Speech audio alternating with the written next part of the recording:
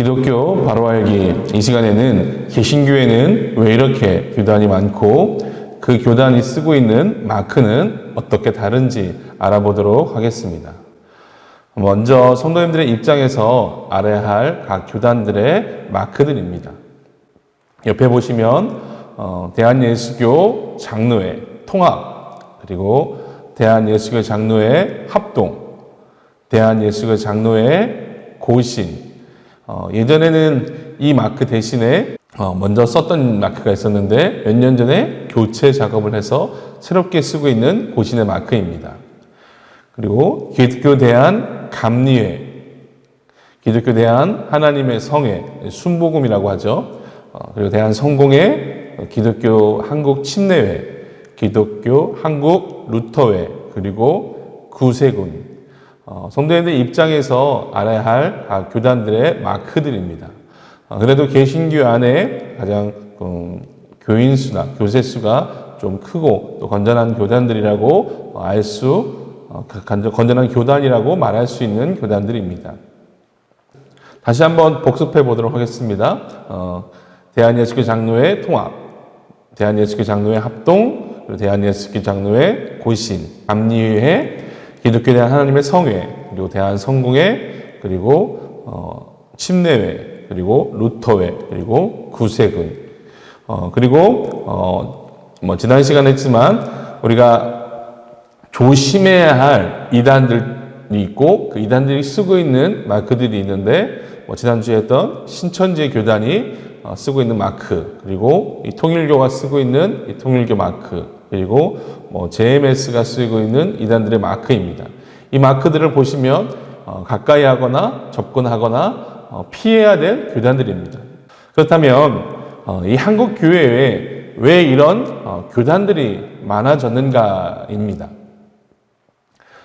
한국 교회 안에 이런 교단들이 가장 많아진 이유는 예수님 이후에 동방교회하고 서방교회하고 갈라지게 됩니다. 그리고 서방교회는 로마교회로, 그리고 로마교회가 다시 루터의 종교개혁을 위해서 독일에, 또 그리고 스위스에, 그리고 영국에 이런 각 나라에서 여러 가지 교단과 그들만의 교회들이 생겨나기 시작했죠. 그렇게 하면서 복음은 같지만 그 복음 안에서 여러 가지 성경적인 또 여러 가지 가치관의 문제 때문에 이런 많은 교단들이 해외에서 생겨나기 시작했습니다. 그렇게 생긴 해외 교단들이 이제는 복음을 확장시키기 위해서 이제 복음을 전하러 한국에까지, 아시아까지 오게 된 겁니다. 그러면서 한국에 들어왔던 여러 선교사님이 계신데요. 저희들이 잘 알고 있는 선교사, 토마스, 귀출라프, 알렌, 언더우드, 아펜젤러. 우리는 그냥 당연히 선교사들만 알고 있지만 그 선교사님들이 속해 있던 교단들이 다 다른 겁니다. 잘 알고 있는 언더우드 선교사님은 장로교, 그리고 아펜젤러 선교사님은 감리교. 한국 교회 안에 선교사님들을 통해서 들어온 그들을 보내준 선교사님들에 의해서 그 교단들에 의해서 한국 교회 안에 이런 교단들이 많아지게 됐다는 겁니다. 그리고 동양 선교회를 통해서 선결교가, 대한 기독교를 통해서 침례교가, 또 여러 가지 이렇게 영향을 받아서 한국 교회 안에 이런 교단들이 많아졌다는 겁니다. 한국 땅의 교단들이 많아지. 그리고 두 번째 이유는 개신교 안에 자율성과 다양성을 인정한다는 겁니다. 개신교는 성경의 해석의 차이로 나누기도 합니다. 또 구원에 있어서 예정을 믿느냐, 또 자유의지로 구원을 받느냐에 따라서 교단이 나눠지기도 합니다. 기독교의 교단이 많은 이유는 시대마다, 시대적 상황에 따른 신학의 변화가 요구되었기 때문이죠. 장로교 안에 속한 교단만 300개가 넘는다고 이야기하죠. 성도들 입장에서 이 큰 줄기의 교단만 기억하시면 될 것 같습니다. 처음에도 교단을 마크를 말씀드렸던 것처럼 장로교, 감리교, 그리고 성결교, 침례교, 순복음, 루터교, 성공회, 구세군, 이 교단들만 기억하시면 될 것 같습니다. 장로교 안에도 예수교 장로회와 기독교 장로회가 있습니다. 1947년에 조선 예수교 장로회가 재건됩니다. 일제의 침략 때문에 조선 예수교 장로회가 잠시 이름을 바꿔서 쓰다가 해방 이후에 조선 예수교 장로회가 재건하고 교단 명칭을 다시 대한예수교 장로회로 다시 개칭을 하였습니다. 예수교 장로회가 우리가 속한 통합적 교단이고 그 예수교 장로회 안에 통합과 합동, 고신으로 나누어집니다.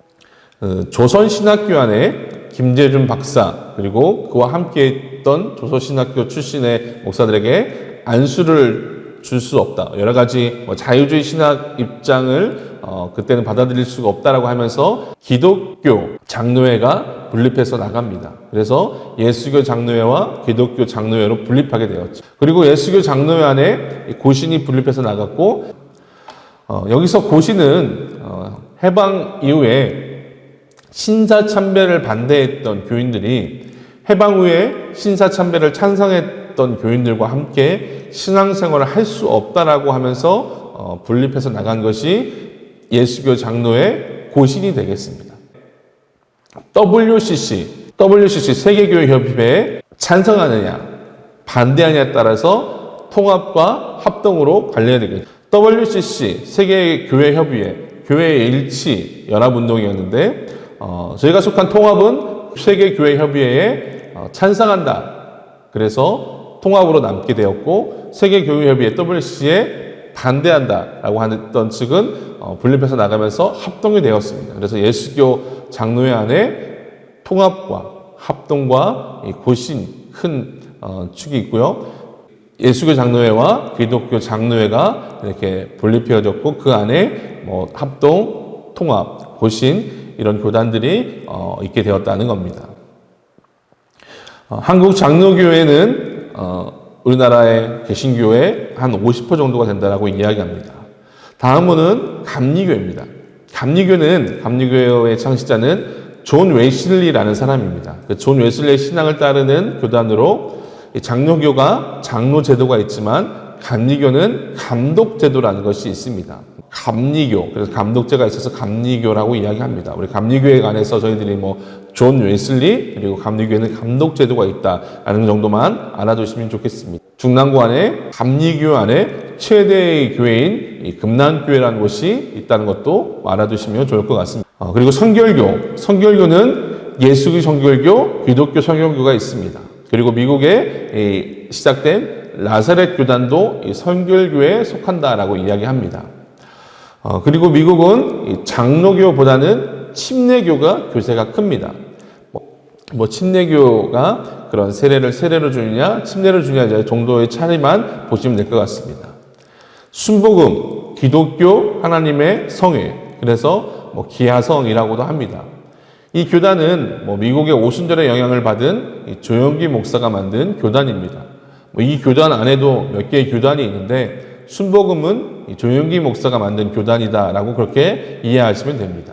또 루터교는 루터의 신학을 따르는 후예들이고 그리고 성공회는 영국의 국교입니다. 그래서 영국의 국교이지만 성공회가 한국 사회에서 천주교하고 사회운동에 많이 대두되고 많이 이름이 오르고 있지만 한국 사회의 영향력에 비해 교단이 그렇게 크지는 않습니다. 그리고 구세군은 군대 조직과 같이 운영하는 단체 조직입니다. 구세군. 그렇게 이해하시면 될 것 같습니다. 한국 개신교 안에 왜 이렇게 교단이 많은지 그리고 그 교단의 마크가 어떤지를 함께 알아봤습니다. 우리 면목교회가 속한 교단이 어디인지 그리고 면목교회가 속한 교단의 마크가 어떤 것인지 기억하시면 좋겠습니다. 면목교회는 대한예수교 장로회 통합측에 속한 교단입니다. 그리고 면목교회가 속한 교단의 마크는 이 마크입니다. 녹색의 소망이라는 뜻을 가진 녹색 그리고 한반도를 표하는 두루마리 그리고 그 위에 예수 그리스도의 십자가의 보혈을 상징하는 이 교단의 마크가 우리 면목교회가 속한 대한예수교 장로회 통합 측의 교단 마크라는 겁니다. 이 시간 개신교 교회가 이렇게 왜 교단들이 많아졌는지 교단 마크가 어떤지 알아보았습니다. 그래서 저희 면목교회가 속한 교단들 또 면목교회가 속한 교단 잘 기억하셔서 분별하시고 또 기독교에 관해서 더 많이 알아가시는 우리 성도님들이 되시기 바랍니다.